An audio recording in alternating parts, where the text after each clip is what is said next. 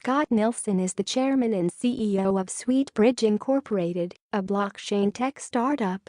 Race to the bottom, a race to reality. The rise of initial coin offering ICOs, as controversial as they may be, is a signpost that the age of industrial era capital formation is giving way to a new paradigm of decentralized and democratized investment and customer-driven business models that expand far beyond the borders of any one country.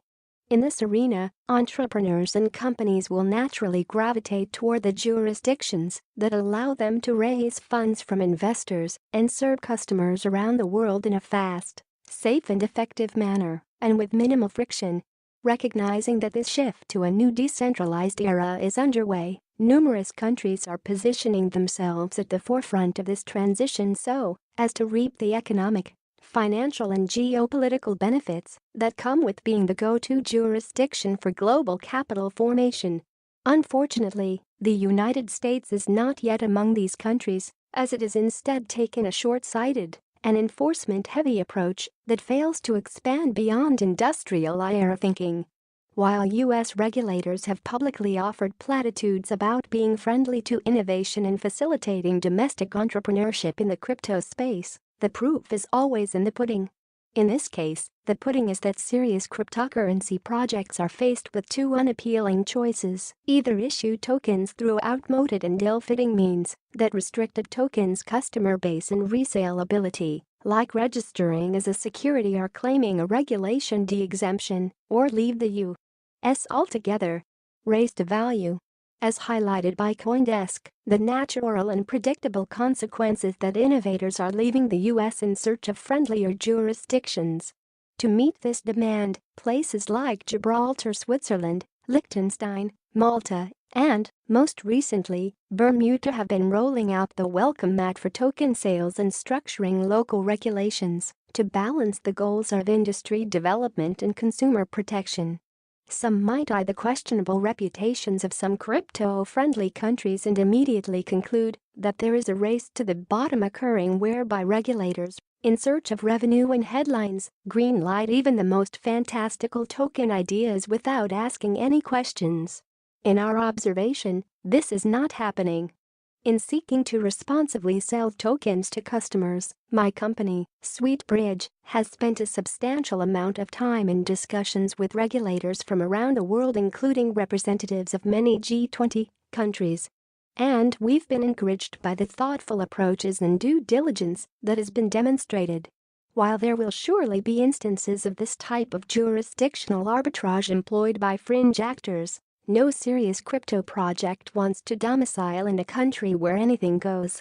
Instead of a race to the bottom, we see a race to quality, where serious projects flock to the places that offer the best overall value proposition, the best legal expertise, the best balance of regulatory controls with innovatory freedom, the best technologists and the best branding, even if cheaper and possibly seedier services can be acquired elsewhere.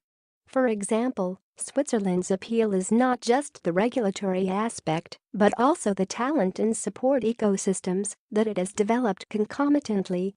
Other jurisdictions like Gibraltar are going one step further by establishing not only guidelines and requirements for companies launching ICOs, but launching a fully regulated exchange providing listing and liquidity for projects launching there. Follow the leader. Countries large and small are beginning to heed this message.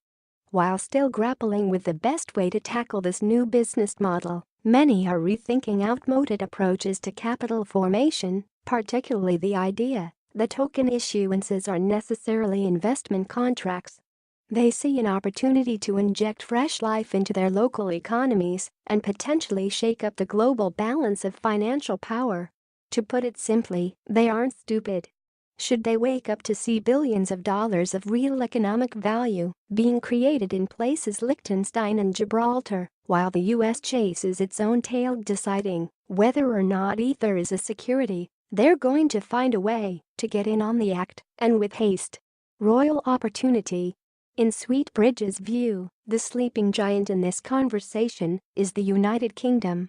The Brits have long been eager to wrestle the title of world's premier financial center away from the US and recrown the City of London And there is a growing sense within governmental ranks that blockchain and financial technology may be the ticket to doing just that. While the US lacks impetus for change, Britain is looking for relevance in a post-Brexit world. Thus, its traditionally conservative financial culture has expressed an introspective openness to new ideas. For instance, the fintech regulatory sandbox recently launched by the Financial Conduct Authority, Britain's top financial regulator, gives challengers and innovators a way to launch without prohibitive compliance costs. The Brits also understand the consequences of failing to capitalize on paradigm-shifting economic transitions. Despite birthing the Industrial Revolution, they grew too comfortable in their colonial agrarian-era societal structure and ultimately forfeited dominance of the Industrial Era to the US because they were unable to adapt quickly enough. Additionally, the legal structure of the British Commonwealth is relatively amenable to new means of capital formation.